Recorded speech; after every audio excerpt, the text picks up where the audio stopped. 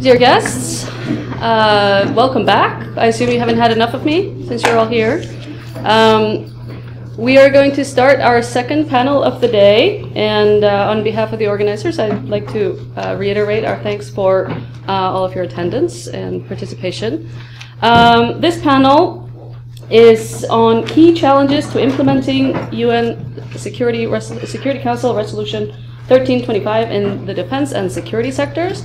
So we're moving to a bit more institutional setting, looking at the way that gender is being mainstreamed in NATO, in the Norwegian militaries, and finally looking at corruption. And we have 3 speakers. Each one will get about 20 minutes or so for their talks, and then we will have ample time for discussions at the end. And I will just introduce each speaker as they come up. First, we have Mari Skåre, who is NATO Secretary General Special Representative for Women, Peace and Security, and has held that job for about a year and a half. She her education is in law, and she has been with the Norwegian Ministry of Foreign Affairs since 1991. And has worked extensively in NATO and the UN. And for example, she worked in Afghanistan, in Kabul. So she has some insights to share with us, and I give you the floor. And I will give you a warning at 15 minutes. Thank you. Hopefully I will not speak for more than 15 minutes. Can you all hear me? Good. First of all, thank you to EDDA and to the Ministry of Foreign Affairs for inviting me to this conference. It's my pleasure and honor to be here. And I would say in particular because I find such strong support from Iceland in the work that I am currently doing in NATO. I was previously also the Deputy Permanent Representative for Norway in NATO, so also in that capacity I enjoyed very much the strong collaboration with Iceland and many other allies to develop this agenda on 1325 within the alliance. Now, I will talk to you for about 15 minutes, and I will address very briefly the resolutions from the UN Security Council on women, peace and security, and how I see them. I will also address the actors that have responsibilities in implementing these resolutions before I move on to NATO's role and responsibilities and what we are doing. And then finally, I will talk about the challenges and opportunities as I see them. Now, the resolutions you know very well, 1325 and related resolutions, altogether 7 resolutions. And from my perspective, there are 2 key messages in these resolutions. One is that conflict affects men and women differently. This is because we have different gender roles in our societies. So you will often see that conflict and war have a disproportionate effect for women.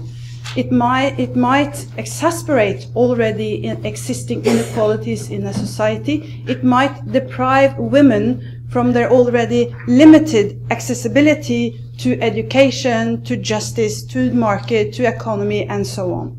And of course, we have the predominant example of sexual violence in war as a phenomenon that often affects women harder than men. So this dimension, that conflict affects men and women in different ways, this leads to that anyone working on conflict analysis, conflict prevention, conflict management, or conflict resolutions needs to build this dimension into our analysis, our planning, our execution of activities. So this is the first key point of the resolutions. The second key point is for me even more important. This is about seeing women as actors. We must not only see women as victims. Women as actors has come more to the fore, I would say, over the past years. And we now have the last resolutions from October 2013 really putting empowerment of women and breaking down the persistent barriers for this to the fore of the resolution. So this is a little bit how I see the resolutions. And I think that having 1325 adopted by the Security Council of the UN in 2000 was a great achievement. It really was a political shift from where you have been addressing women's roles and rights in social economic discussions, in the General Assembly of the UN, in all other forums but the Security Council. Having women's role and situations moved onto the agenda of the Security Council meant that we put it on the international peace and security agenda. Very important political development. The major contribution is that it challenges our concept of security. It changes our mindsets, how we think about security. Security for whom, and how are we going to achieve security for all? So this is a great achievement of the resolution. Of course, it is still slow in progress in implementing these resolutions, but I think it's important to recognize the political shift that it meant. All right, the resolutions, all 7 of them, they constitute a very broad policy normative body from the UN Security Council. In order for them to be fully implemented, it requires concerted actions from a broad number of actors. So you have nations. Nations, they have the primarily responsibility to implement the resolutions. It is nations that have the responsibility to secure that all of their population, both men and women, have security. It's the nations that have the responsibility to ensure that women are taking part in decision-making and in the execution of these decisions.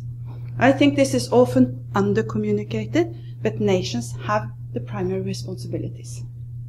And of course, the nation's ability to plan and act on this becomes very important.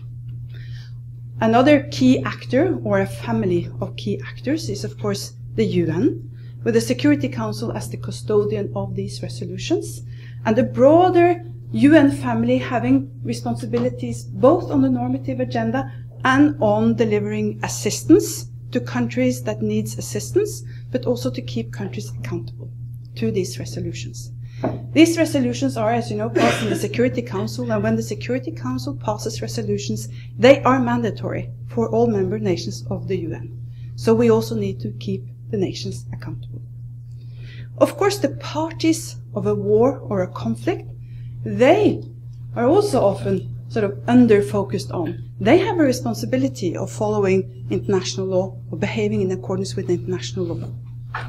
And there has been, as you know, a significant development within international law. The development that we have seen, I would say, in the aftermath of the war in Bosnia has been significant, because you see a legal development within the International Criminal Court, where sexual violence can be constituted as war crimes and crimes against humanity. Very important. Then, of course, if you have this legislation, you need to be able to then prosecute, and you need to be able to ensure that there is no impunity. But that is another story, and we can discuss this later. But the parties of war, they have responsibilities of their own.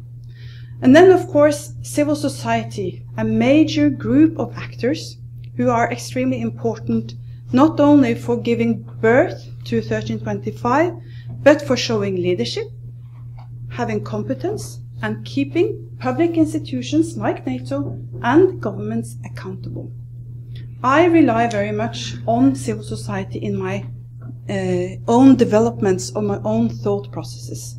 And with civil society, I mean, of course, academia, media, civil society organizations that are promoting women's rights, parliamentarians. It's a broad group of actors. Very, very important. So then, NATO. What can NATO deliver on this broad and complicated political agenda? Well, the basics about NATO. NATO is a regional organization. We have 28 member states, both in North America and in Europe. It's an organization that is primarily focused on safety and security for its members. It's an organization that is taking its decisions by consensus, meaning everyone around the table of the 28 need to agree before we can decide on something and move on something. The policy that we have on women, peace and security was decided initially in 2007. It was decided in the European Atlantic Partnership Council. And this is a very interesting feature on how we have developed this policy within the alliance, because we have developed this with partners. The policy has been revised several times since then, and we have recently approved yet another revision, which will may be public soon. This policy is accompanied by an action plan for NATO-led operations and missions. And we will also look at the current action plan and ensure that what we develop is a coherent policy framework for what we are going to do. The priorities of the Alliance on women, peace and security has been strengthened over the years. And if you look at the summit declarations, the declarations coming from the meetings we have on the heads of states and governments level, you will see that 1325 and the commitments from NATO to this has been increasing through every summit that we had in the past 6-7 years. And through these summits declarations, heads of states have continued to give guidance to NATO and to the alliance, to the organization, on how we should take this forward. At the very basis of our policy lies our fundamental values: individual liberty, democracy, human rights, and rule of law. And as I stated also in the Security Council last year, when I gave a statement on the open debate on 1325, there is no individual liberty if women cannot decide for themselves. There is no democracy if women cannot participate. There are no human rights if women's rights are not respected. And there is no rule of law if women do not have access to justice. So these values that are our fundamental values shared by all allies, and also allies and partners, are at the very foundations of our policy. But at our foundation is also the policy as it is from the Security Council. So all of these seven resolutions form a basis for what we are delivering as NATO. But NATO is delivering within our role and responsibilities. It is also very important to understand that NATO is not delivering on this agenda, for instance, when it comes to access to education, access to justice, and these broader societal developments that would be required. NATO is a military alliance, but we are also a security policy organization. So it's within that purview that we have developed our policy and that we deliver. So how do we do this? In the strategic concept of NATO, there are 3 core tasks that has been identified by the alliance. It's collective defense, crisis management, and cooperative security. And within those 3 tasks, we deliver on this agenda. If you look at cooperative security, I mentioned that our policy has been developed with the Europe-Atlantic Partnership Council, and the role of cooperative security creates a fantastic possibility, I would say, to mobilize political will, to mobilize this as a priority both within NATO but also with partners. NATO has 41 partner nations. That's a lot of nations. So if we manage, through, in a sense, our convening power in policy security discussions to mobilize partners so that we jointly prioritize women, peace and security, that's a great achievement. And we have seen over the last year or so several partner nations putting women, peace and security as a priority, as an objective in their collaborative framework with NATO. Of course, it's not all about policy pronunciations, but it's also about practical cooperation. And in NATO, we do have tools that would facilitate implementation of such goals. We have a Science for Peace program, and I want to make all of you aware of this. It's a financial mechanism that would allow partners to apply for funds for developing research initiatives, workshops, training, and so on and so forth. We want to develop much more projects on 1325. We have trust fund mechanisms, and for the first time, we have been setting up a trust fund focusing on recruitment and retention of women in Jordan and gender training. So there is a possibility to mobilize both the political commitment and to facilitate the practical implementation. Cooperative security is, of course, also a collaboration with other international organizations. Very important, in my view, to strengthen the collaboration between UN, between AU, African Union, between the Organization for Security Cooperation in Europe, between the EU and NATO. Of course, all of these organizations, they have different memberships, and that creates certain sensibilities and sensitivities that we have to take into consideration. But for instance, I am very content with our collaboration with the UN, where we, for the first time in March, we had a joint event in New York, where we had the very high-level general from the NATO system, high-level general from the UN system, sitting together and pronouncing how important it is to integrate gender perspective into our work and to have women in the armed forces. These kinds of pronunciations are important because they show a joint political leadership. Crisis management. I'm sure that many of you, if you have any associations with NATO and 1325, you think about Afghanistan. And it's true that our experiences in Afghanistan has in many ways been a game changer. It has been an incentive for us to learn how to integrate 1325 in our operations, in NATO-led operations, and how to do it sensibly. We are getting a lot of experiences coming back from the field, from individuals that have experiences on this, a lot of anecdotal evidence or personal experiences, if you like. And in order for us, to enable us to do institutional learning on this, we took the initiative for a review. So we had an independent review done by the Nordic Center for Gender in Military Operations, and it was delivered to the organization in May, about how we are doing on implementing 1325 in Afghanistan, in our NATO-led mission in Afghanistan, and in Kosovo. And the results are not very surprising, but we took the results and we built on them, and we had internal processes on recommendations, and we have come out with an implementation plan to support the findings of that review. The findings are: the awareness is still low. The fact that we have policy, action plan, we have a directive for the military structures, but the fact is that the awareness of the content of these documents is still low in our structures.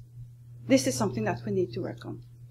But the other findings is about how we sort of organize our operations, and they are very important. The findings are, and you will not be surprised, that we will do better if we have troops and officers that have competence on gender. We will do better if we have the gender expertise deployed in the field. But that gender expertise, the gender advisors, they need to have a role which puts them in a position to actually advise the commander to make a difference. They need to, in their self-right, need to have competences, and their role and responsibility needs to be clearly communicated and understood in the organization. This is important that we're doing this as an institutional learning process. We also learned, of course, that we need to have women in the armed forces. This is an absolute necessity. There is no way that we will have armed forces or defense structures that, will be at the height of the possible effectiveness with only men in them. So we need to have women in the armed forces. We also learned about the importance of engaging with the local society, and in particular, the women in the local society. So these are the lessons learned from this review, and we are trying now to integrate this into our generic planning directives and the specific planning for future operations. So while it's not clear yet whether NATO will be invited to have a post-2014 mission in Afghanistan, we are ready and we are planning for such a mission. And I can tell you, although I cannot prejudge the final outcome, the decisions that nations will make, and so on and so forth, but for the first time, we are integrating a gender perspective in the initial phase of the planning. So I think that the alliance is learning and moving forward. On collective defense, this is about defending our own territories, our own populations, and I will say that we have to prepare for crisis and wars with gendered manifestation as in anywhere else in the world. We need to ensure that we have armed forces and security institutions that reflects the composition of the population, because it gives them legitimacy. We need to make sure that when we construct our armed forces, when we recruit to our armed forces, we recruit from both the male and the female resource base of the population. If we limit ourselves to only 50% of the population, well, we exclude possibilities to have the right competences at the right place. So we need to target the female resource base.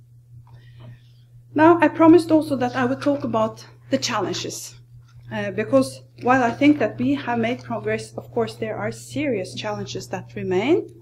And I think that the challenges I see for my organization would be the same as many other organizations and structures. First and foremost, there is a lack of awareness. So our main challenge is to change how people think about this issue. You need to change people's mindsets if you want to change people's behavior. Of course, leadership in that respect is key. And I am proud to represent the Secretary General that recently was awarded Hillary Clinton's award for his leadership in women, peace and security. And this leadership continues to be important because without the leaders of our organizations, the national leaders, we will not really be able to move this agenda. So their buy-in is really key. But of course, as I think it's Heslitz who said that bias is the child of ignorance. So training and education remains key tools across the board if we want to change how people think about these issues. And for us, we have taken initiatives to strengthen the training under NATO auspices. We have recently, or a year ago, appointed the Nordic Center for Gender and Military Operations as department head for our training, which means that they have the responsibility to develop the training curricula and to offer training courses. So they are offering training courses for gender advisors, train the trainer, commanders, and so on. I think this is great development that we managed to strengthen our, and also pre-deployment training. But we must not forget that when we deploy soldiers in NATO-led operations, they come already made. So the training that is done at the national level remains strategically the key. We can only top off, in a sense, this training from a sort of a NATO organized perspective.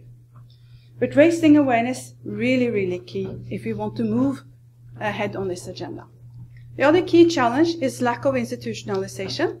This issue has had the tendency of remaining in the margins of international affairs.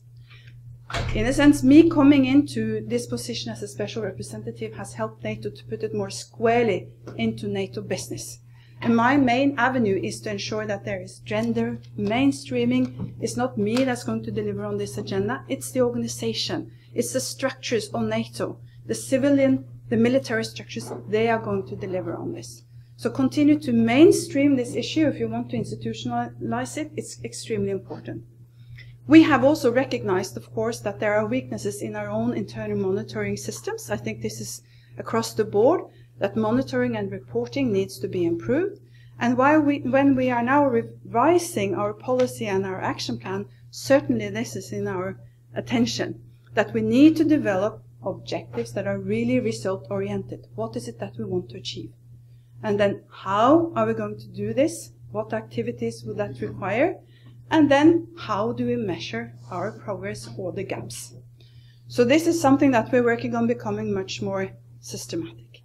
And I also hope that in the run-up to the summit that we will have in September 2014, that we will see a proper institutionalization of the specific of having one person supported perhaps by 2 advisors addressing women, peace and security as a specific topic for the alliance.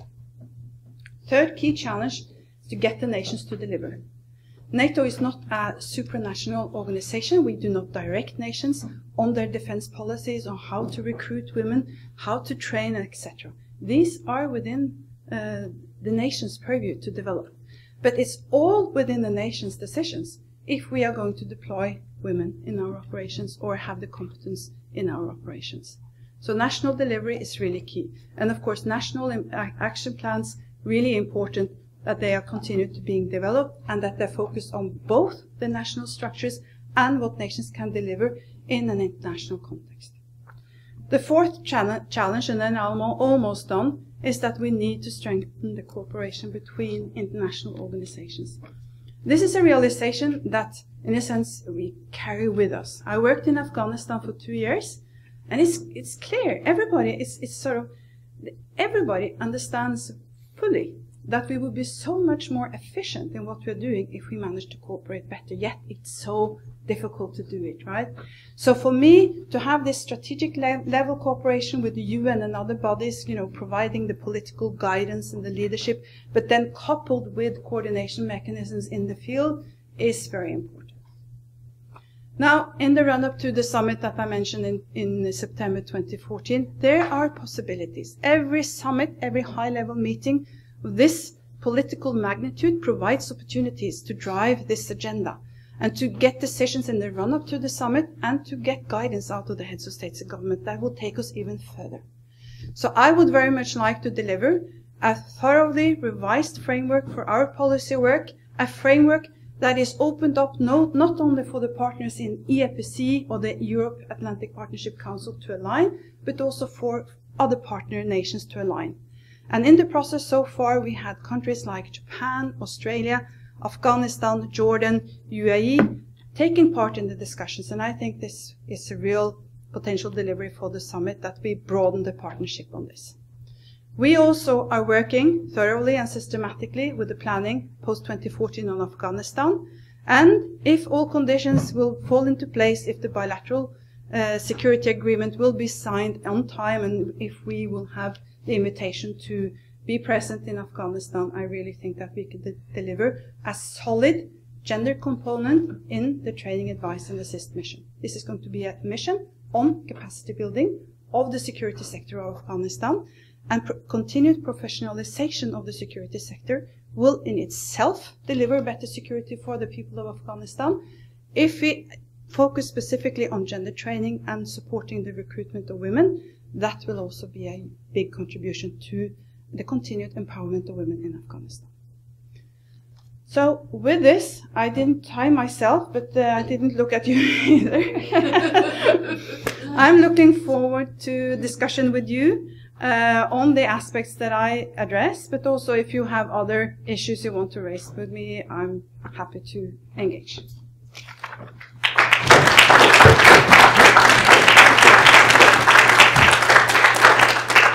Thank you, Mari, for a very informative and interesting presentation.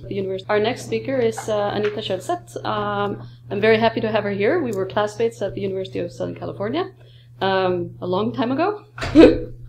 But she completed her PhD there at USC and has since worked at PRIO and is now at the Norwegian Defense University College in Norway, as it would sound, right?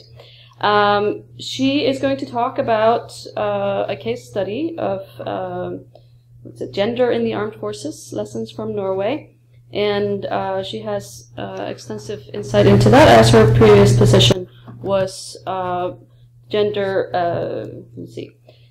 implementation of gender perspectives in military operations, working with this at the Norwegian University, Military University Defense College. Anita, are you ready? Mm.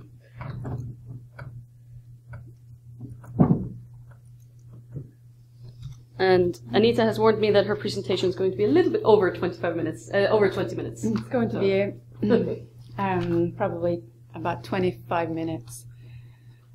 Yeah, I'd link to that. Thank you for that introduction. I would like to begin with congratulating the coordinators of this conference with this successful event. I'm honored to be included in this impressive group of scholars, so thank you for that. Although I'm no longer working extensively on the Women, Peace and Security agenda, it is something that I care deeply about. We are approaching the 15th anniversary of the resolution, and progress in implementing the provision is still slow and incoherent. It is essential, therefore, that we bring together people who have been involved in implementing the resolution in different arenas in order to share the lessons that we have identified. Identifying lessons is the first step towards actual learning and changing behavior. And when it comes to Resolution 1325, we have identified very many lessons over the past 14 years.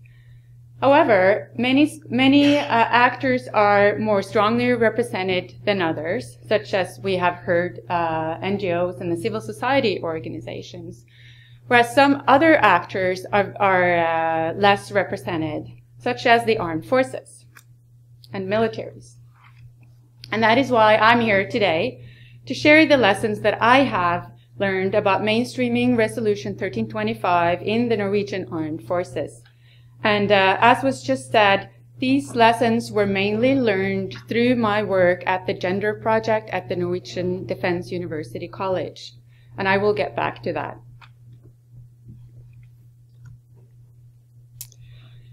My plan for this presentation is to start out with telling you about the basis for my lessons, which is the Gender Project. I will then talk a little bit about gender in military operations, and then finally pass on some of the most important lessons that I have identified during the course of the project. I would like to emphasize that the values and lessons that I will be presenting are mine alone. They are not representative of the Norwegian Defence University College. They're not representative or officially representative of the Norwegian government, nor the Norwegian Armed Forces. So they're mine. But hopefully this can be a small contribution to the learning about which relevance Resolution 1325 may have in military organizations and institutions. And I actually think that my presentation fits pretty well with Mari's lessons that you just presented, actually. So, the Gender Project. What is it? What did we do? And what came out of it? The Gender Project at the Defense College was established in January 2010. It was mostly staffed with 5 people with complementary skills and experiences. These are sort of, these 4 are the core group, and then the person at the front slide that I had, she is sort of the 5th member of the core group, and then we had a couple of people coming in and out. But these are mainly the people that were doing the big chunk of the work.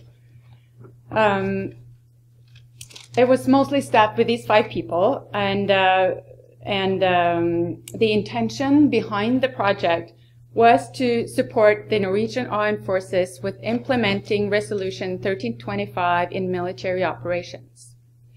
Despite this intention, we were never given any mandate. So we decided to write our own. So that's what our project started with, writing our mandate. And the mandate specified the focus of our activities to be military operations and not to handle recruitment and retention of female personnel. And some of the reasons behind this choice was that doing both would exceed our capacity, but also it was a strategic decision to disassociate our activities from issues that were strongly associated with gender equality. Not that gender equality is irrelevant for mainstreaming gender in the armed forces, but it would involve fighting a losing battle. Breaking closed doors open with force was not an option for us. We chose being smart, patient, and engaging in a dialogue where we addressed the needs and suggested some solutions related to the military tasks and responsibility. We figured that that would work better to open the very many closed doors in the armed forces. So the main activities that we focused on were education, dissemination of information about Resolution 1325, and our own activities related to women, peace, and security agenda. And then finally, one of our main tasks were doing research. During the project period, we produced and disseminated insights about women, peace, and security in a military setting, both nationally and internationally, and both in military and civilian arenas. Starting out from zero demand or interest for our skills, towards the end of the project, we would give approximately 60 hours of lectures per year and still had to turn down requests. I would say it took a long time and a lot of work to move such a slowly changing organization But the armed forces seem to slowly but surely accept that gender is part of military operation and it is relevant. So much of the effort that we undertook sought to develop knowledge that could be passed on after the project was terminated. We did this by producing a comprehensive lecture guide for the basic officer training. We published on possibilities and limitations associated with empirical research on gender and militaries, and evaluated implementation of gender perspectives in Norway's contribution to Afghanistan. And finally, together with external experts, we collected much of the knowledge we had built throughout the years in a textbook with the title Gender in the Armed Forces, From Theory to Practice. And this book provides a solid foundation for integrating gender perspectives in the armed forces and military operations. And I will get back to that. But what is gender in a military setting? Although I know I'm speaking to an audience who is well informed about the meaning of gender and the Women, Peace and Security agenda, I would like to specify how I understand these terms within a military setting. There is a lot of confusion related to the meaning of gender and gender-related terms in the military. A common belief is that gender is the same as gender equality, only focuses on women, and that both are irrelevant for the effective conduct of military operations. Needless to say, they are mostly wrong. Nevertheless, at least in the Norwegian armed forces, this prejudice has resulted in resistance towards efforts at mainstreaming gender in the military. And in many ways, I understand this prejudice. How would you expect military personnel to understand and accept it when both political and military leaders don't have a very clear idea about the relevance of gender? As my colleagues from PRIO, Torunn Tryggestad and Inger Schjalsbæk, concluded in a recent article, public rhetoric in Norway has changed from dealing with a large gender gap in the armed forces to focusing on gender mainstreaming as a force multiplier in military operations, and as means for implementing Resolution 1325 in peacekeeping efforts. In my opinion, the relevance of gender in a military setting has to do with all three. It has to do with recruiting and retaining female military personnel. It has gender mainstreaming is a tool for military effectiveness and for force protection, and of course a means for implementing Resolution 1325. And so to the terms. This is, by the way, a slide that I like to show to my military students. And I like to use it because it puts attention to men, and that is important in this setting. And it also, this is a father who finally conceded to walk his son, or his son wanted to, it's in Germany, his son wanted so desperately, he was begging to wear a dress. And the father knew that exposing the child to a society where that would not be socially acceptable. At the same time, how do you respect the child's needs or wants? So he decided to get dressed in a dress or a skirt and walk out with his child on the streets like that. And I think it is very. I put that out there in order for them to sort of feel to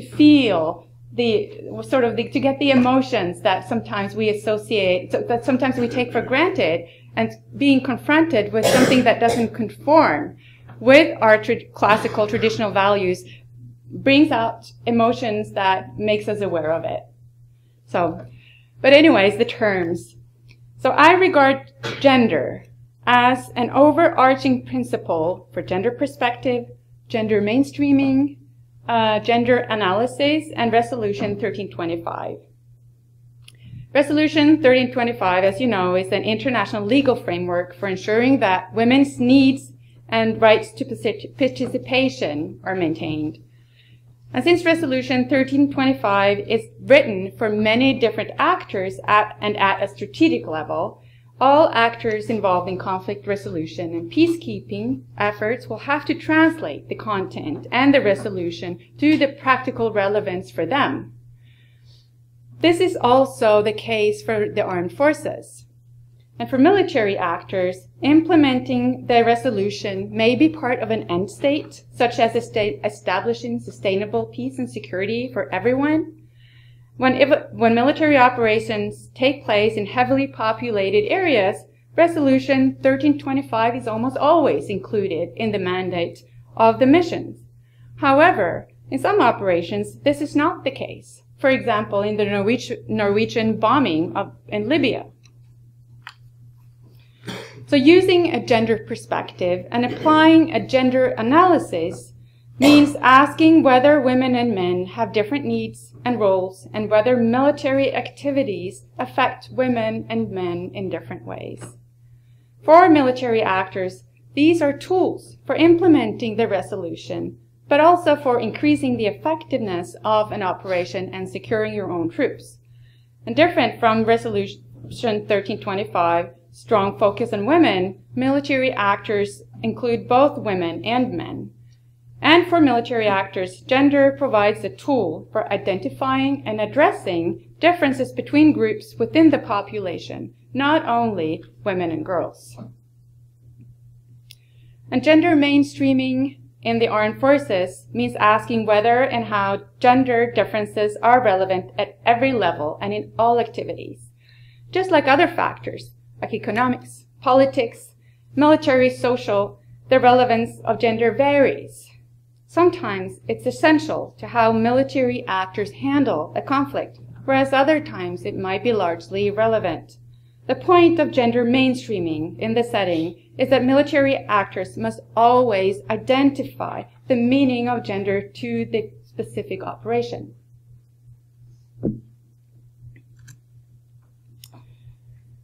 So, to gender in military operations. This is the book that I was talking about. It's in Norwegian, and I have a couple of copies down here. I'm not sure if anyone would be able to actually utilize it, but it's here if anyone would like to take a look at it.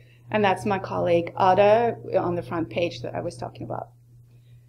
We are working on a translation, and so what you see, the table of contents right here is the translated table of contents and the way it will appear in the English translation. Okay, gender in military operations. So far, gender has often been dismissed as a political vision of gender equality and irrelevant to the conduct of military operations by military personnel. And yet the pressure to mainstream gender perspectives in the armed forces and in military operations is increasing at the strategic level, like Mari was talking about. And lessons from the ground suggest greater needs for female personnel and personnel with gender skills, gender mainstreaming skills. And lessons from Norway suggest that successful implementation of gender perspectives on the ground requires implementation at all levels and in all processes of military planning, which is also what you were talking about. What we do at home affects how we handle things in an operation or when we're deployed. So far, this has been prevented by the failure to understand the relevance of gender at the operational level of military processes and activities. And as a result, a gender perspective has been inconsistently implemented and largely dependent on the interests and skills of single individuals. The Norwegian Armed Forces has vast experiences with evaluating the relevance of and the need for a gender perspective in military operations through the lessons acquired by the Gender Project. And the book preserves and shares the knowledge, development, and the lessons identified from this work.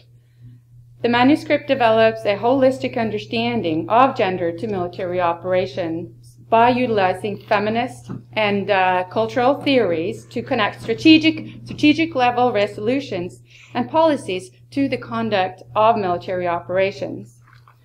However, feminist perspectives and ideas of gender equality are overwhelmingly met with skepticism within military communities. So the manuscript relies also on military doctrines and procedures when discussing the role gender perspective may play in staff functions and in different types of operations. This makes it easier accessible to military actors. It responds and builds on the knowledge that they already have. So in doing so, our book describes how and when a gender perspective should be mainstreamed into the already existing military processes and activities. It develops a framework for how military actors can understand the relevance of gender to them. It shows how political and strategic documents and national action plans and strategic plans for implementing the resolution have implications for how military actors plan and carry out military operations. And that is what we found throughout our work to be the greatest challenge. There are a lot of great words and intentions on the strategic level, but what does that mean to them? That is always the question they ask. What job, in their daily job in the military, is not necessarily the lack of interest or lack of want to implement it. They don't know how. They don't know what it means to them in their daily job. And that's what we sort of felt were the key challenge. But how gender is relevant to a given operation and is integrated in the planning process will vary. However, asking whether women and men have different needs and are affected differently by the military operation is essential. So in the book, we describe the relevance of such planning in the various staff functions and illustrate some of the difficult dilemmas that you may encounter when doing this.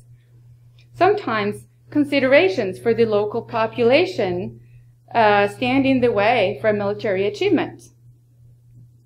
How to solve this situation, how to deal with this, will depend on many factors, but a good understanding of the choices and the different consequences for women and men is important for looking for the answer in a given situation.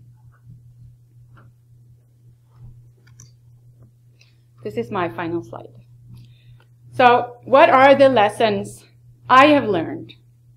I have selected some that I find more important. And like all these other excellent scholars, you can talk on and on because there are a lot of lessons. But I have selected a few that I think are important, and I find that it's actually very coherent with what has already been said.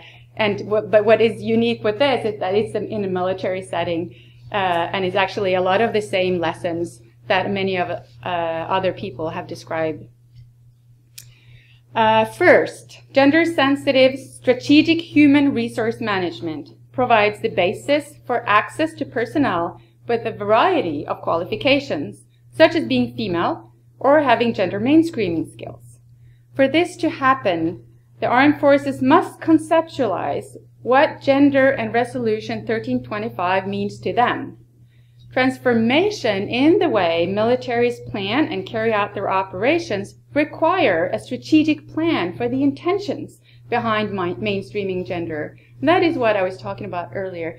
If there is no intentions, if the military personnel has no idea why they should be doing this, then no wonder they question why they need to do it, right? We need to define what are the goals, how do we go about working towards these, and who are responsible for carrying it out. Only then will strategic intentions be followed up with action that actually may facilitate change. For example, that implies allocating money for positions related to gender. A lot of times military personnel are being asked to report on yet another issue. They are being asked to perform yet another task. And regardless of whether it be gender or any other issues, it does provide a challenge to them. You can't just keep adding stuff without adding resources. It involves you need to demand reporting on the failures and successes, and to make people accountable. So the second lesson is that institutional culture in the military hampers female recruitment and retention and prevents the militaries from utilizing gender skills. In the Norwegian Armed Forces, we now have 10% female military personnel. However, very few women seek leadership positions. We have two women in the Norwegian Armed Forces at the general's level today, and building a military career takes time, of course, but I see that among the students at the staff college today, very few of the women pursue leadership functions. My colleague, Lena Kvarving, is working on her dissertation on gender mainstreaming efforts in the Norwegian Armed Forces, and one of her findings suggests that the societal culture of femininity, which is so characteristic for Norway, is also descriptive of the armed forces. She notes that men's roles as caregivers are institutionalized also in the military. For example, did the commander of the Air Force recently take parental leave?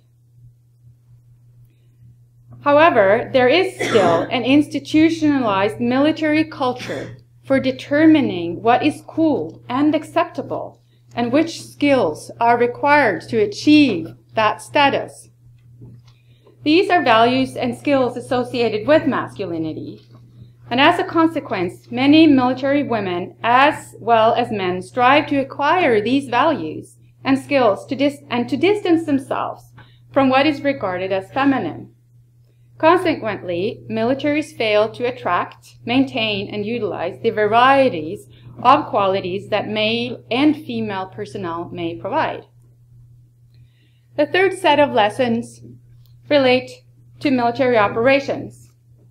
My colleague, Cecilia Fleming, did an evaluation of the use of gender expert functions in Norway's activities in Afghanistan. I also brought a couple of copies of her report, and unfortunately that too is in Norwegian, but currently being translated. For those of you who would benefit from reading the Norwegian version, it's over there. She suggests that gender expert functions like gender advisors, gender field advisors, gender focal points are necessary, but not enough to mainstream gender in military operations. In my view, it is an important short-term solution, which is necessary as long as military personnel is largely ignorant about the obligations and opportunities associated with gender. However, assigning responsibilities to one single function relies too much on the skills of that particular person and may serve at the same time as an alibi for inaction by others.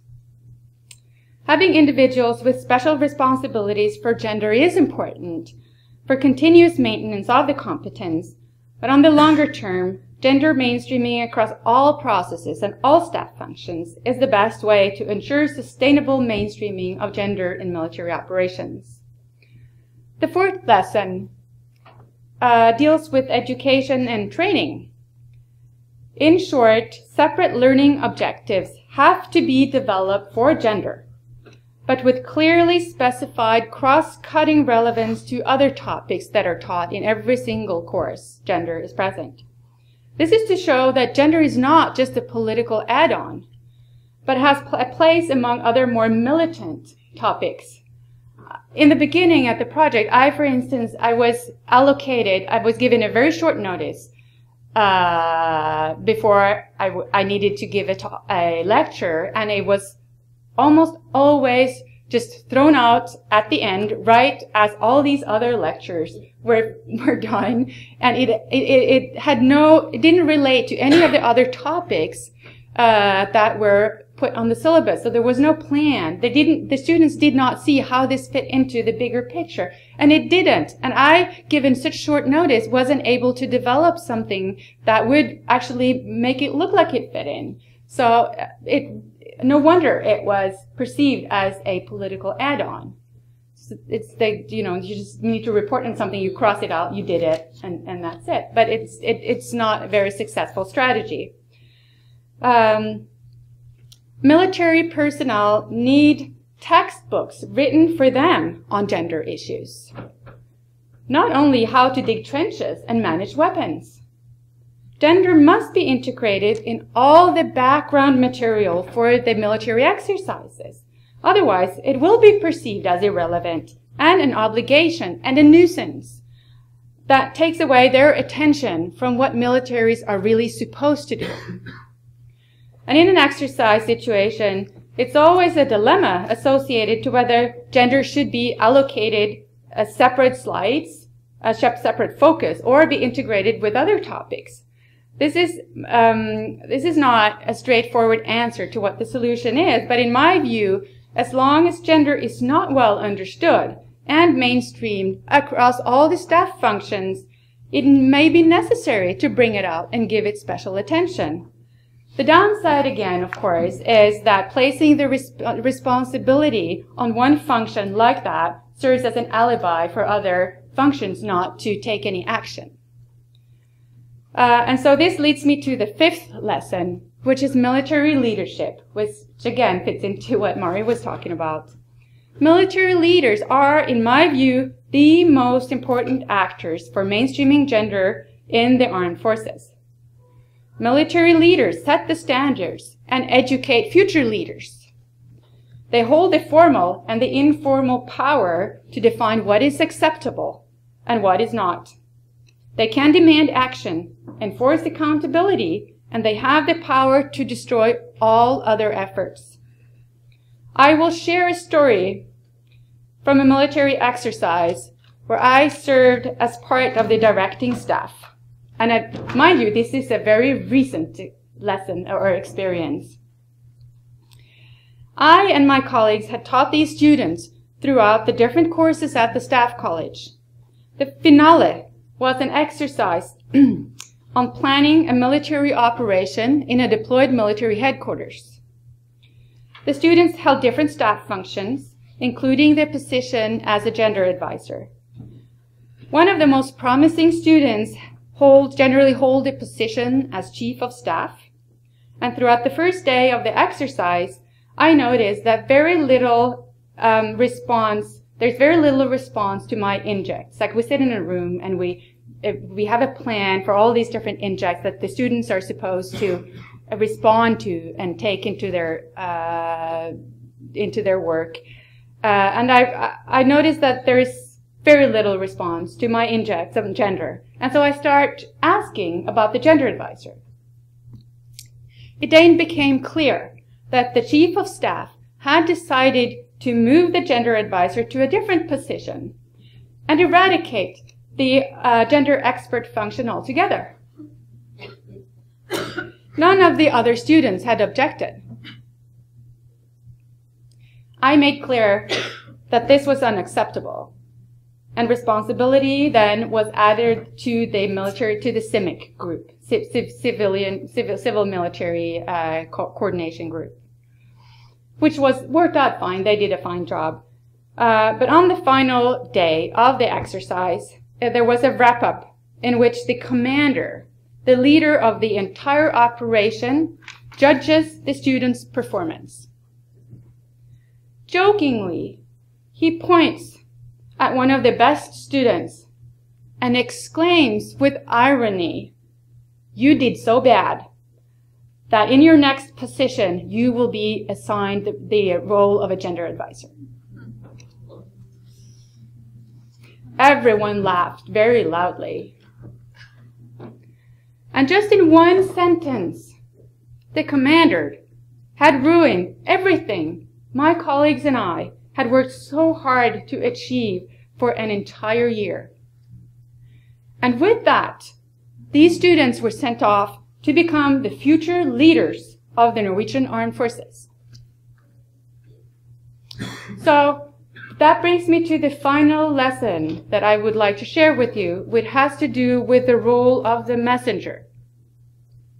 I cannot emphasize strongly enough how important the messenger is.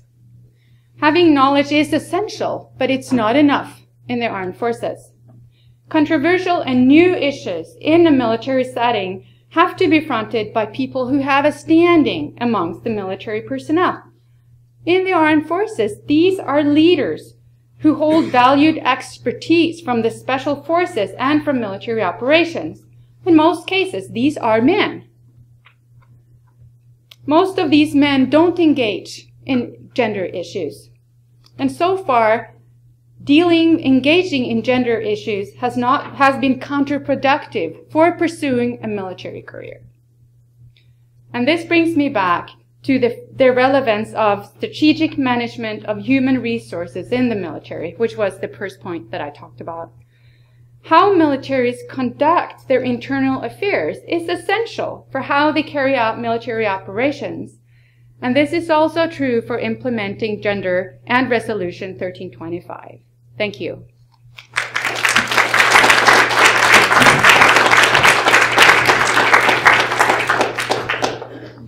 Thank you, Anita. That was very interesting and great connection between the first two talks that we've had.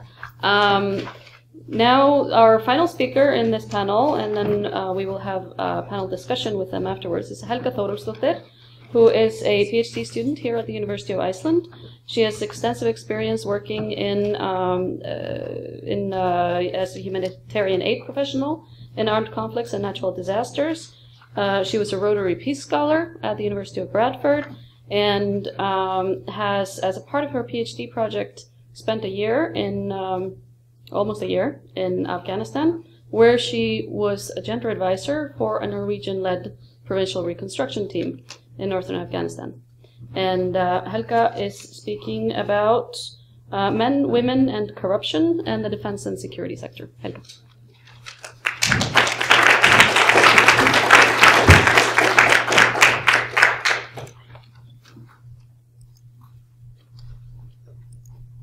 Thank you very much for the introduction, and good afternoon. And I want to start by thanking the organizers for organizing this conference, and you coming here, spending the first spring weekend listening to women, peace, and security. And I have a few slides, but I'm going to wait with them for a while. I have to start by confessing about my reservation to giving this talk. While preparing my presentation, I kept asking myself, what can I say to this public that isn't a repetition of what has already been said, recommended in numerous reports, articles, manuals, meetings, and conferences on 1325. The women, peace, and security resolutions keep coming. There is an increase in national action plans, and they become better. Regional and military organizations, such as NATO, have decided to mainstream gender and 1325 in their programs and operations. But even if there is some progress, meaning more women at negotiation table, more female defense minister, as well as there are more women being in the military and being in the police, reports keep telling us that implementation is too slow. Therefore, in conferences like this, we often describe situations where things are not as we would like them to be. And we suggest remedies on how the resolution, in spite of the limitation, should and could be implemented better by, for example, more and better awareness raising, a real political will, training, feminist gender analysis, empowerment of women, by bringing man to the table and dealing with masculinities. Masculinity is an issue. By pointing out that money is needed to allocate to the implementation, etc., etc. So what is there more to say about 1325, I was thinking.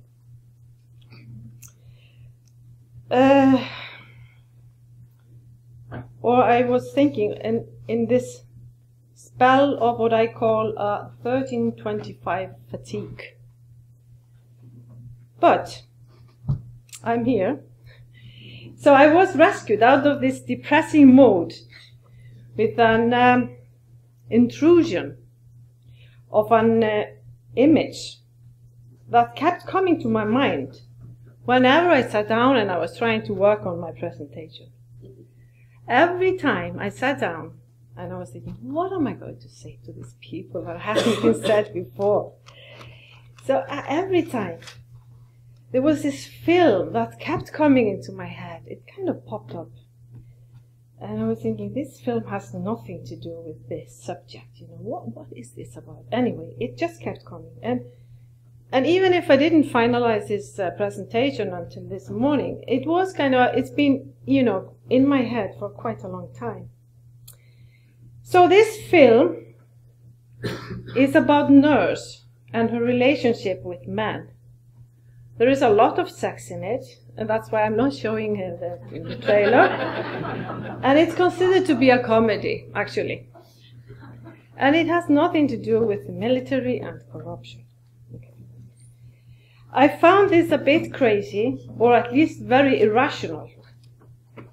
But I thought, this film must have a message of importance for me. And therefore it would or should be of help in the preparation of my presentation. So at least I was no longer stuck, and I was like Googling and finding out what was the name of this film. It's kind of 30 years old. But okay, I will tell you about the film later. So this is just my introduction. So in my presentation, I approached the resolution by looking into how corruption in the defense and security sector relates to gender inequalities and the absence of women, where decisions are made on how to spend money on defense and security. And I'm here talking about security sector very narrowly, mostly as the military and police.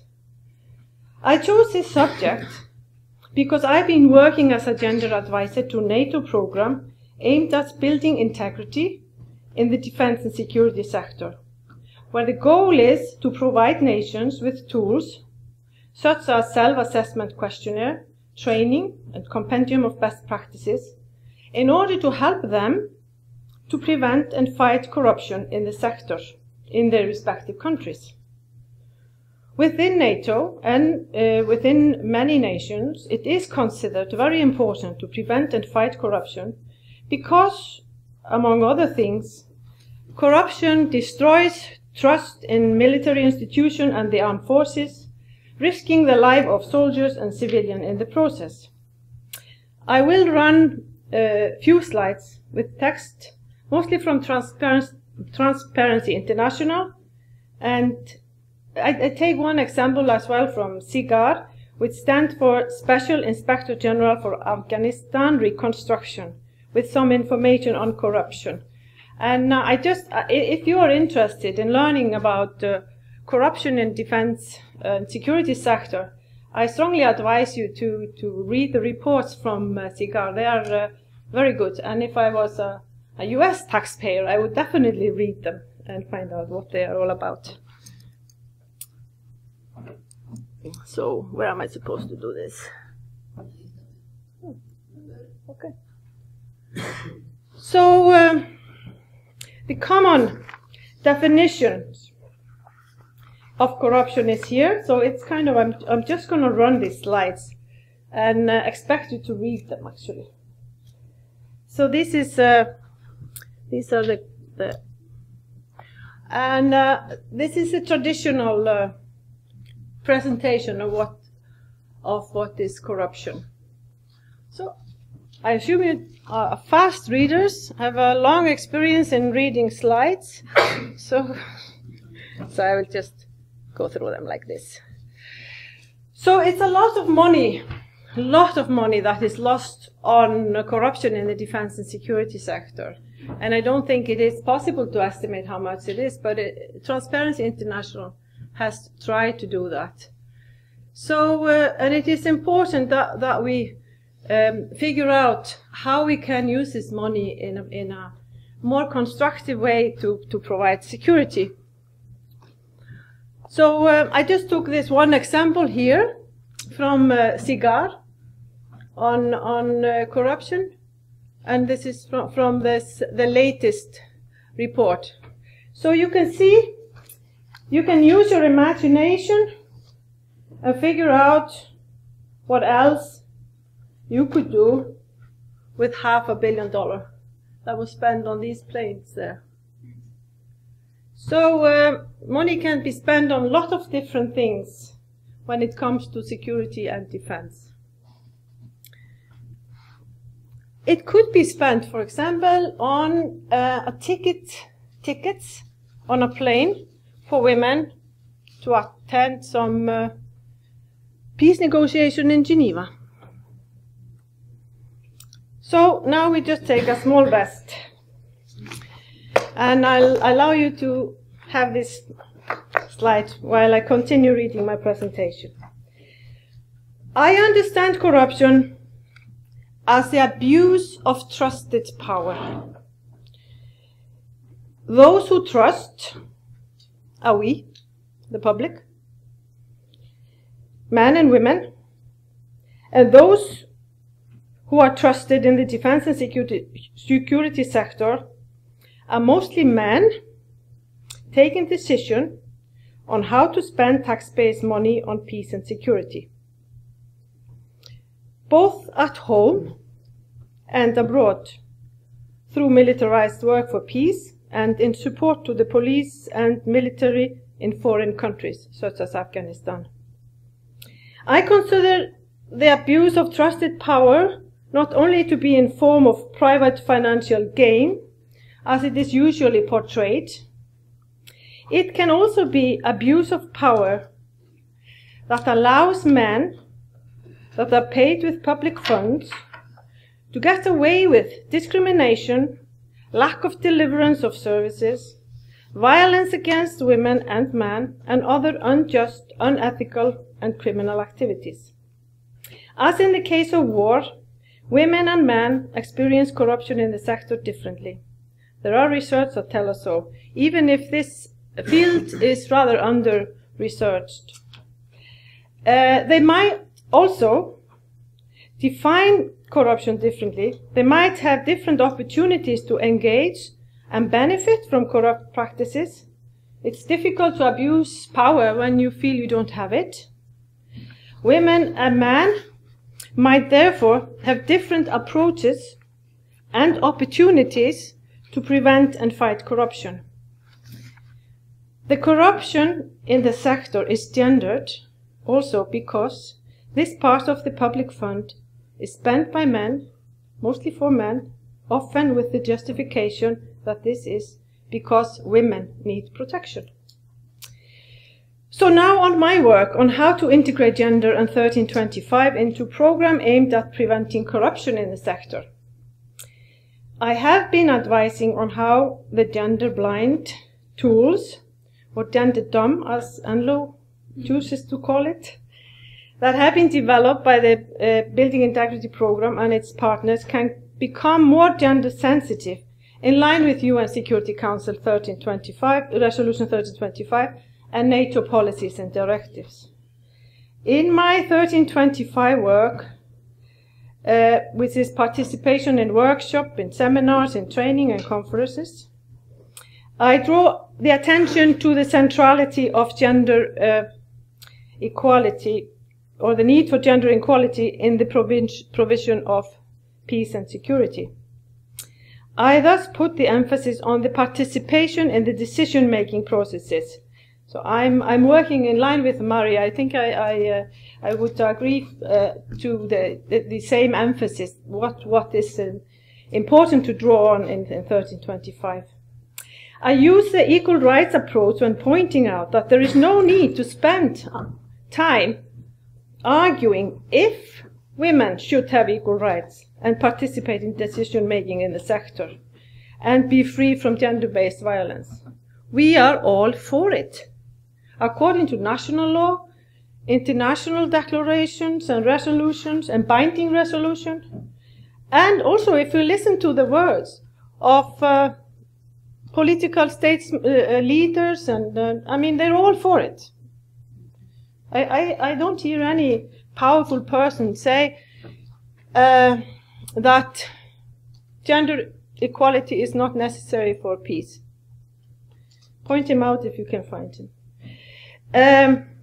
But this, it's a confession time again, you know. So, this doesn't tell you the whole story about my approach. Because I'm a pragmatist, and I want to feel useful and see a result that can be measured, I have also used instrumentality or a utilitarian approach as an entry point in my work with the military. Make them understand how useful I can be for them. I have to say that it was rather easy to feel useful as a gender advisor in this position, at least in the beginning, because all the tools, everything was totally gender blind, and therefore they could so easily be improved. And as well as most of the men in the military that I was engaging with were totally, they were gender virgins, as I call them. You know, they didn't know how to talk the talk. They were kind of like, for the first, they didn't know what gender means, like many. You don't need to be in the military for not knowing what gender means, by the way. And they did not talk the talk, you know, they just said, what is this all about, you know? So, those I worked with, they admitted that they didn't know what gender mainstreaming meant. And this, of course, was a great opportunity for a dialogue and maybe then influence. But I am beginning to have doubts on how far I can get. Of course, as an advisor, I am not taking decision, only assisting those in power to follow policies and directives already there. But I have my doubts if we are moving closer to gender equality, in spite of feeling successful in getting the gender on the agenda. It is like being invited to live with this guy in his messy house, where he has been living on his own for generations. It's great to begin with, because with relatively little effort, I can make it look so much better, even if the tank has to stay in the living room. But then, when the toilets have been scrubbed and nice meal cooked, I want us to do some more changes. For example, selling some of the expensive toys he has invested our money in order to be able to invest in the education of our children. But there I'm going too far. Firstly, it wasn't part of the deal when he invited me to stay. And secondly, these are not toys. These are equipment bought for the protection of me and our children. The enemy is out there, and I should be grateful for the tank in the living room and the plane in the backyard, even if it's not working, because of some corrupt deal that was being made and needs to be investigated. And now to the film.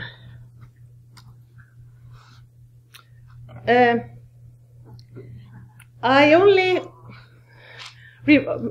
remember this very short scene from this film when the woman resisted the power of this surgeon, a bully she became involved with, by not being pretty and not serving him and his friend with a nice meal. So this beautiful lady, she transformed herself into this one with the sausage in her mouth, pretending it was a cigar. And this is the very tasteful meal that she was supposed to be serving. So she resisted the power of this man in an unexpected way, as you can see in the photo. And when I saw this film, this scene has a great impact on me. I was kind of laughing hysterically. You know, it was something about it, the way she she overstepped the boundaries, and the way she kind of made resistant in a way to do something that was not expected from her. But then I watched the trailer from the film, and I saw a scene that I had forgotten. And in that scene, the woman was crying and telling an old man, sick man, maybe he was her father, I don't remember, about the mess he was in with her life and all the mans he was involved in. And he said to her, I think he was about to die, and it was this guy. He doesn't look very healthy, so he said to her, dare to be difficult. You can say it in Danish. I was trying to say yeah. And so from this film, there are 3 messages I want to bring forward. And first, women should dare to be difficult in an unexpected way by not behaving as expected.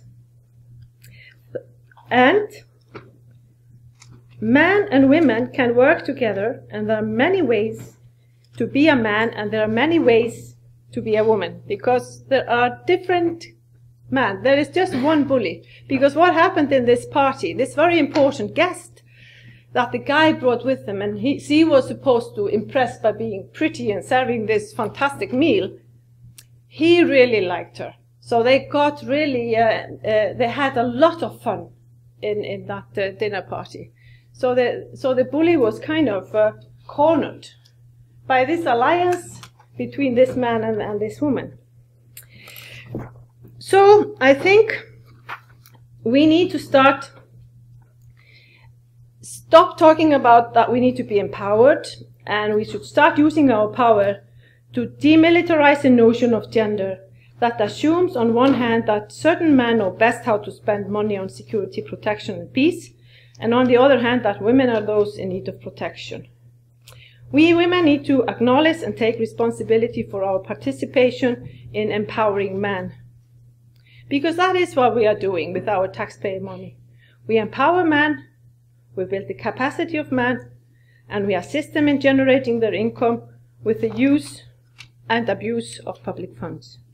Those who get involved in illegal activities such as trafficking women don't do it because they don't know it's wrong and illegal. Gender training would not have stopped those involved in trafficking in Bosnia. Here I'm referring to the case used in the film The Whistleblower. The security company, paid by the taxpayers, did not protect the criminals because what they did was right. They do it because they get away with it. And because we here, the taxpayers, continue to pay them for doing it, in spite of their incompetence and criminality. Women and men that want to live in society where there's gender equality are taxpayers, are politicians, are public servants, ministers. And when we do not dare to ask difficult questions on how money is spent on security, we buy into the masculinized gender division when certain type of men are trusted to use our resources for our security, even when they fail to do so. We have the power to vote. We have the power to organize and participate in political platforms. We contribute to the security sector with our public funds.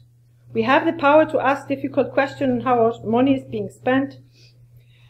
We have the responsibility to follow our money and take decisions that make sure that those funds earmarked for the provision of security are not used to create insecurity. The corruption in the sector is the abuse of money that comes from your pockets, supposed to be used for your security. Therefore, it's your business to know how this money is being spent. Women and men can work together to prepare and make decisions on how much and how this decision-making process, where women are supposed to be participating in, how money is spent by the sector. So, in the end, dare to be difficult. Thank you.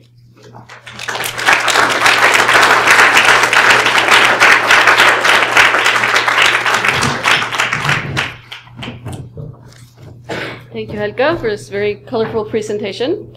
I'd like to ask, Maria is here. Anita, will you come join us, please? And we have about half an hour now for questions and answers. And I'd like to start by asking if there's anything any of the presenters would like to comment on in between themselves. Or no? Let me just say. Please. I do recognize the point that you are making with respect to letting people get away and not being held accountable for how money is spent. Let me say that the gender project that I worked with, we were allocated money that were in the early years. It was specifically it was supposed to target initiatives towards that were related to gender. And somewhere along the way, we started asking about how the money was spent, and I think we were never able to sort of figure out how the money was spent, and in fact, which structures that prevented that, I still don't know, but it was very difficult, and it really strikes me that it's a very powerful, it's a huge power to have, to be able to, the lack of transparency, and to be able to get away with that, actually. I think that's a really important mechanism that you are pointing at. Thank you, Anita. So, we have the floor open for questions. Yes, if you would stand and speak up and introduce yourself. Yeah, my name is Bettina. I'm from Iceland. I have a question to Anita. Dr. Anita, I don't know how to address you. I'm thinking about what Helga said about fear is difficult. And you ended your story about this person who had kind of dismissed the work for a whole year. I'm just curious, how did you address that? How difficult did it get to be? And how did it work? Put you on the spot here. Anybody else? Should we let Anita answer this one, and you can ponder your questions for the next? Anita, please. Let me tell you, I was very difficult. And how did it work? Well, it worked. We were supposed to have a gender advisor amongst the students, and that was my colleague. And I was supposed to work with the directive staff. And we were meeting. The two of us were meeting and coordinating, but I was not supposed to interact necessarily with the students. She was delayed for a couple of days, and that's sort of how I didn't quite, she was supposed to advise the gender advisor. So that's why I didn't catch it right away, what was going on. And so when I did figure out, I went to the commander, not to the commander, to the chief of staff, and asked who made this decision, what has happened, and why.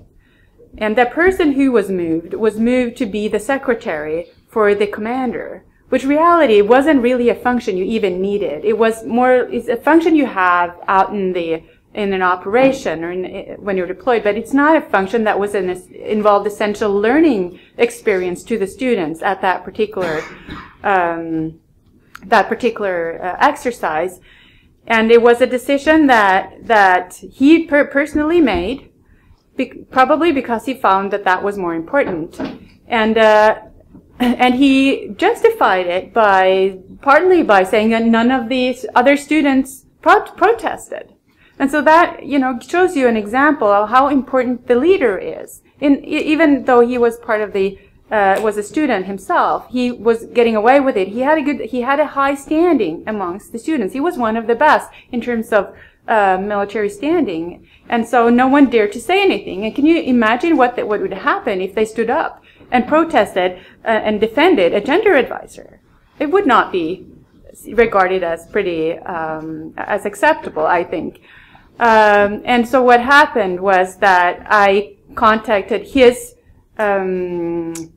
superiors, and together we found a solution to place the, or I suggested to place the responsibility with the civil military group. And that worked out okay, but then in the end, of course, when the commander exclaimed this gender blind or gender chauvinistic outburst towards the end, I was furious. And I went, and everyone knew I was furious, and I confronted the people saying, who let this go? And afterwards, I was also told that there had been jokes even before, at the initial meeting, at the initial start of this education at the staff college of this group of students. They were told that, well, if you're not behaving, you may be punished by being given the task of being the gender advisor at the exercise. That I just recently learned. So these are all the people, the leaders that are supposed to provide these future leaders with education. So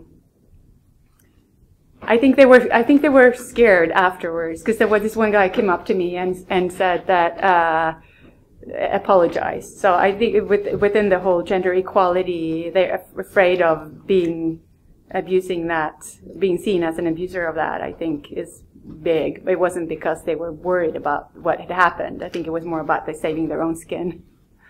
But it certainly is something to think about how we can react. That what you mentioned, one of your colleagues finding that you have this nurturing element of masculinity in the Norwegian military, and still run into these very archetypical structures of patriarchy, right? It's very thought-provoking. Annalise? Yes, my name is Annalise. I'm from the UN guest program. No, I just thought we were talking about this story. I just remember you, Mari, talking about something that the Swedish Army is doing about the gender coaches. Was it you, or was it okay, maybe it was Benta. Telling me about the Swedish Army is having gender coaches only reserved for those who are in a very high status in the army.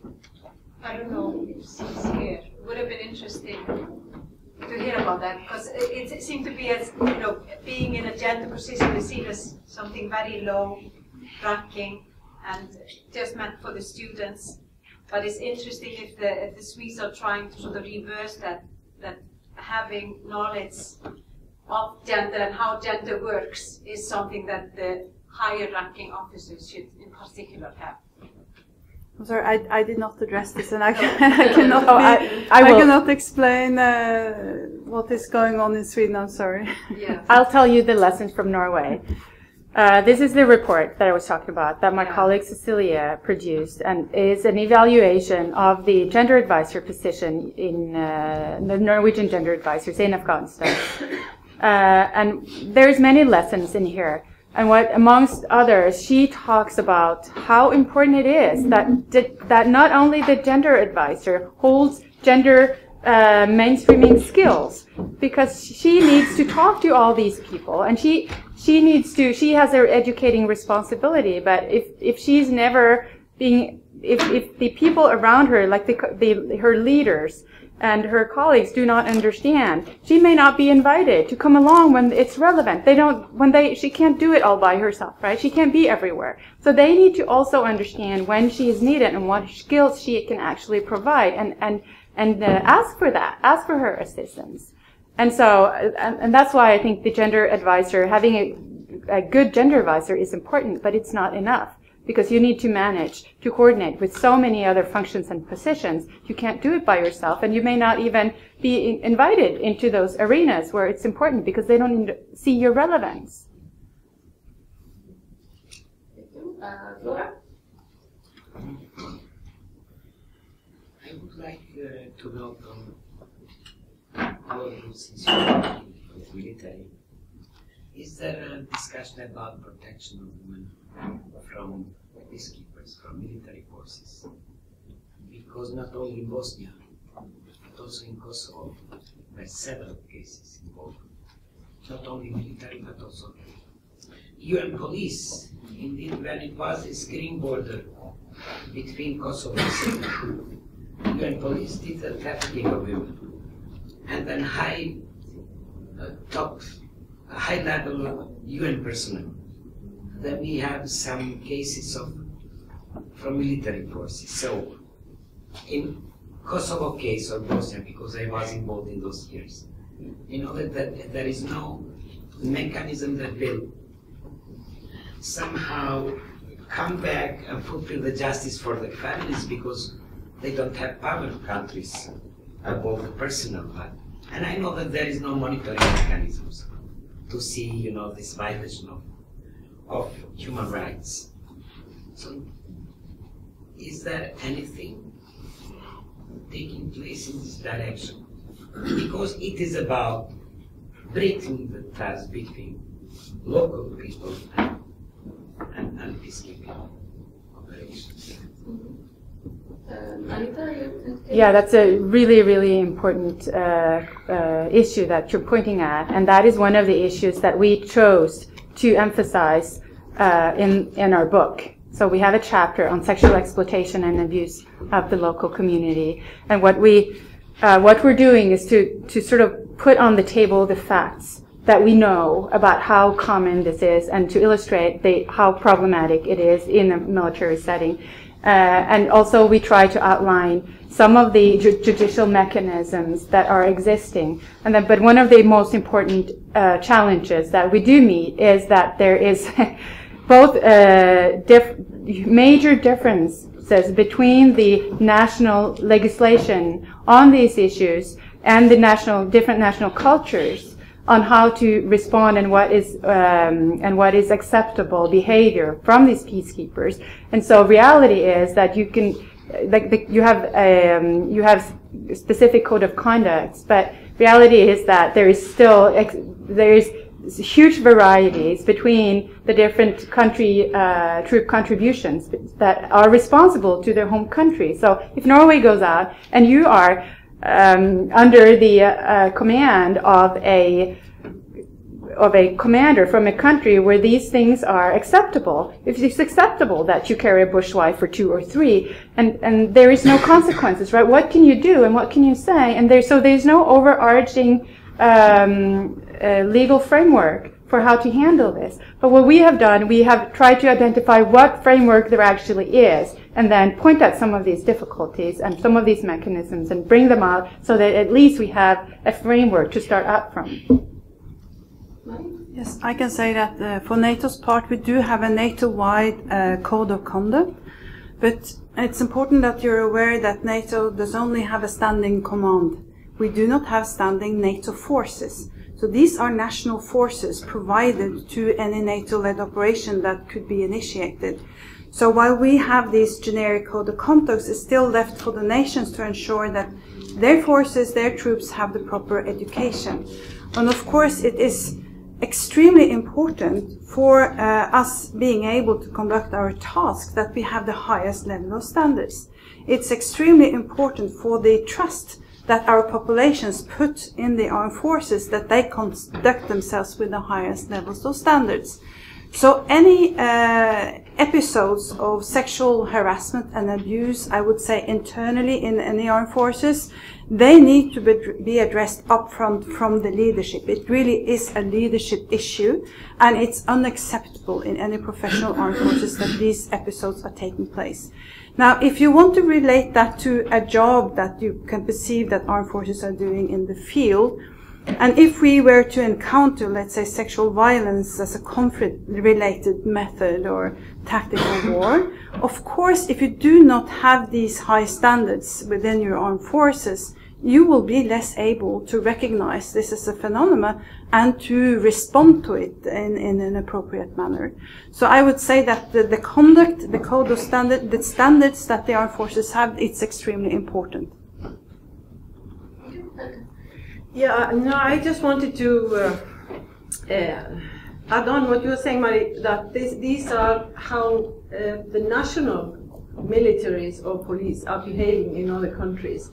So, and if I come back to my presentation, where we have the power to change, it is to see that we are funding them, the taxpayers are funding them.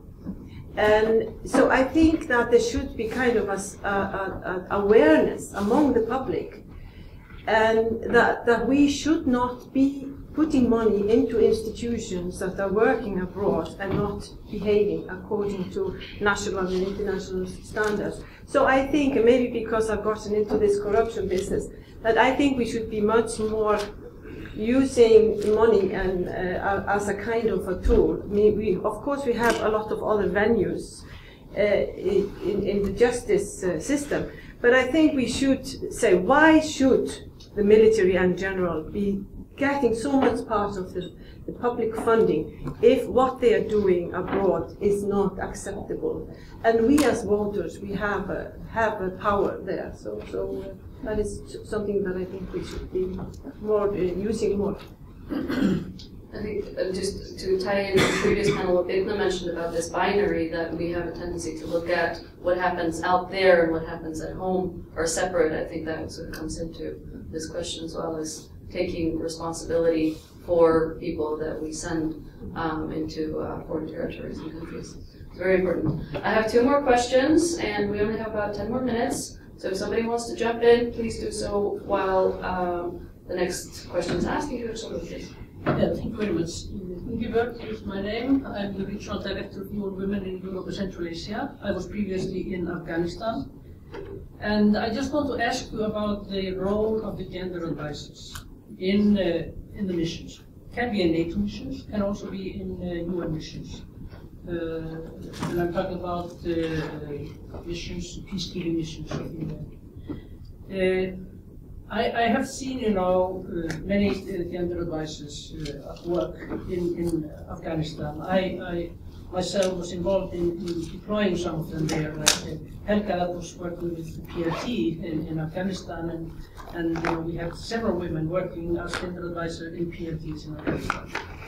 And I've also seen them work in the NAMA mission in Afghanistan, and also in the NATO ISAF mission. And sometimes I think there's a tendency in these missions to use them more to win the hearts and minds of the women in the society, women in the civil society there, instead of using them really to work on the missions, training those who are working in the mission and giving them at the end sensitivity or perspective on their work as members of the mission. So they become more, advising the missions how to, like I said, win the mind and hearts of people out there instead of looking inward to the mission as such. And I just want to, if you could elaborate a little bit on this, how you see this. Yeah, I can perhaps start, because this has been a topic for discussion within NATO for a long time, actually, with allies, the member nations really focusing on the role and responsibility of gender advisors in order to have greater efficiency of their work, basically. And I think that was I also said when I spoke, our review also concluded that yes, while having gender advisors or having the specific expertise available in the field is really important, in particular when you are in countries like Afghanistan. We need to understand the playing field. We need to understand how gender is being carried out in the society. They will be less useful unless they are placed close to the commander as his or her advisor. That's their key function. And I do recognize that the experiences that we have is a little bit of a greater variety, to put it this way, both when it comes to their placement and their role. But from my perspective, from NATO's perspective, their key role is to advise the commander, to supplement him with the gender expertise in his or her planning and execution of an operation in the field. Perhaps we haven't seen that role really refined yet, but from what I can see, how my institution is developing, we are learning. So we have a much more set structure now of gender advisors. We have a unified set of job descriptions. You will find in the new policy that we will issue a little bit later that we state that they should be placed in the command group. So I hope that we will continue to evolve this function so that we can really benefit for the resources that we have been requesting from nations for so long. I think the answer to what a gender advisor should be doing depends on where the gender advisor is situated. But generally, I think the gender advisor has the responsibility to ensure that gender is implemented in the planning and carrying out of the operation. And in a,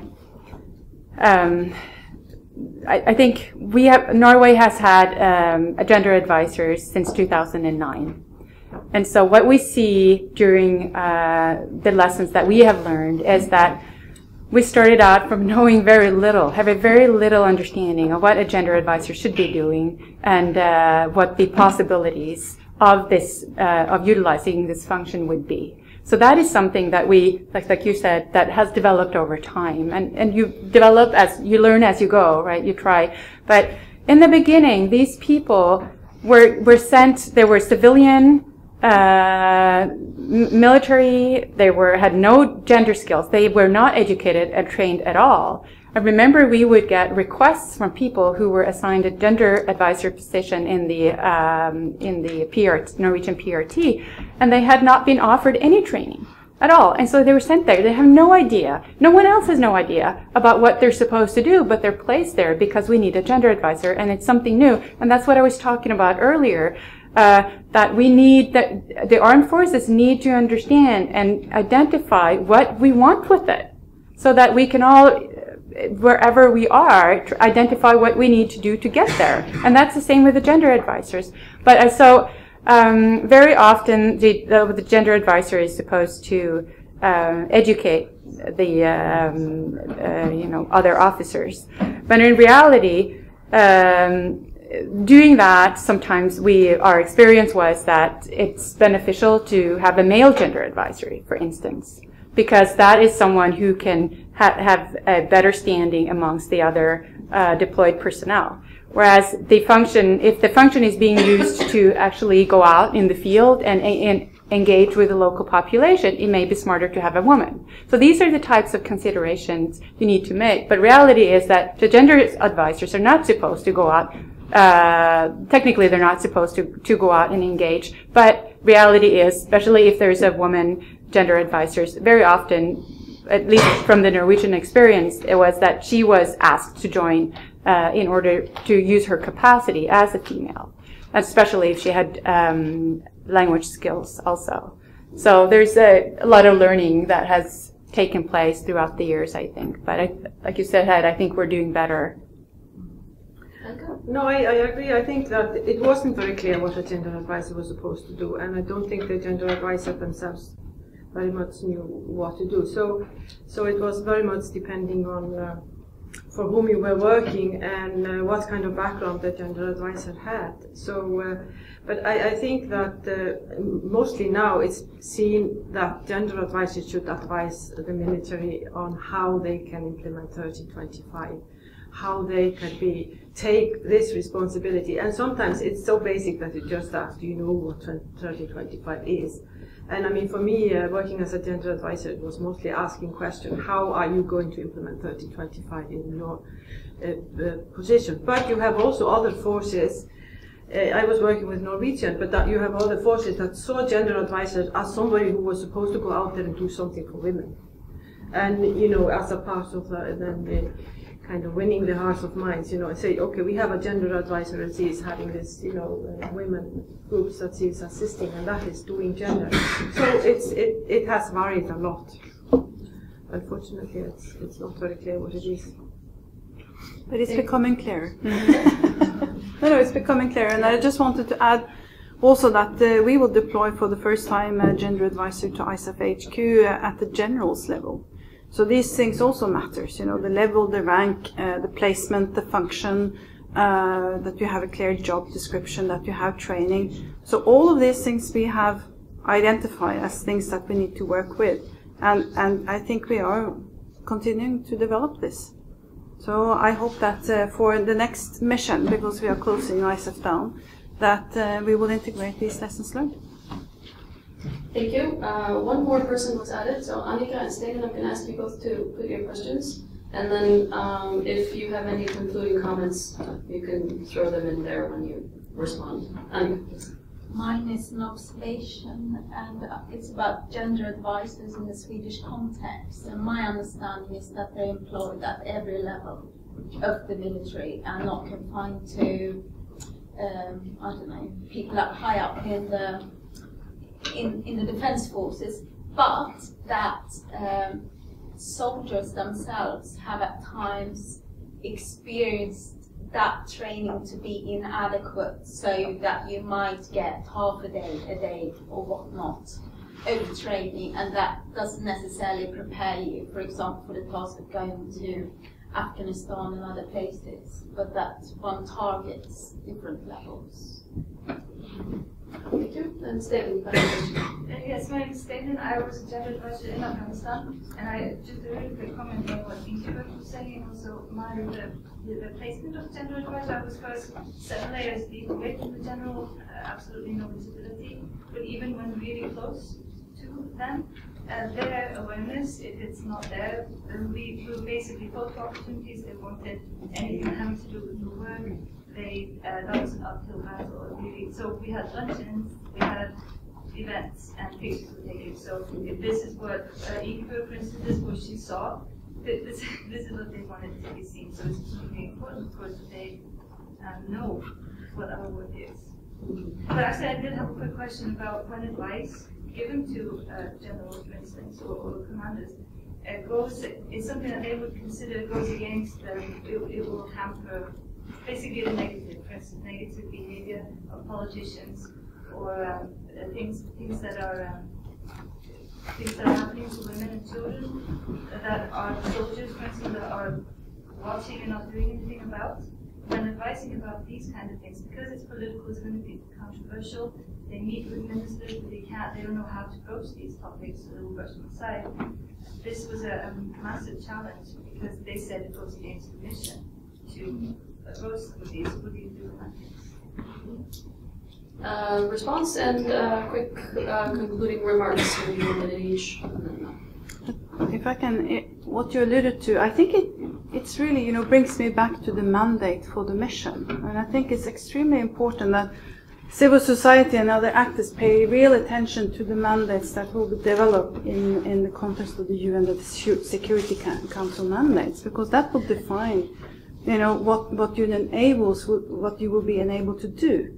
And then, of course, within the context of the mandate that we will develop in the NATO-led mission, if there are elements, that are not addressed there, well, then they don't have the basis to do it. As I said, NATO is a consensus-based organization, and all decisions are made on that basis. So the decisions, the actual decisions that we are taking, preparing for a mission, becomes really central, and so does the rules of engagement.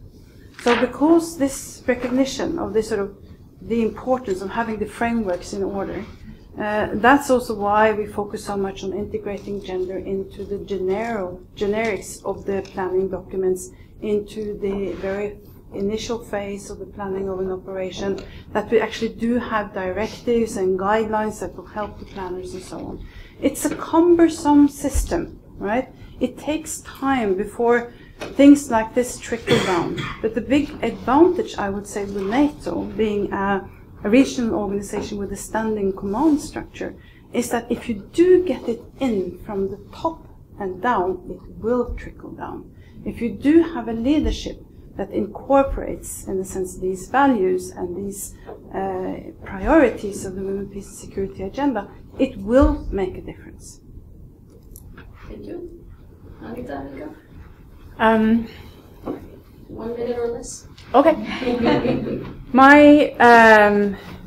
My biggest concern is that we need to make sure that gender is mainstreamed, not only at the tip of the, when we're deploying to a specific area of conflict. We need to make sure at that point, whatever people know is what they know. people, when they're out in the field, are going to respond to their gut feeling. It's not, the gut feeling is developed over many years. It's not the course, the 1 or 2 hour class on gender that they had right before they deployed. That is good, and that should be targeting the area of operation that they're being deployed to. But before that, we need to make sure that gender is mainstream so that that is part of their gut response when they're in there and when they have to make difficult decisions, like you say. Well, what if you have to handle a situation where dealing with a local population is costing you in terms of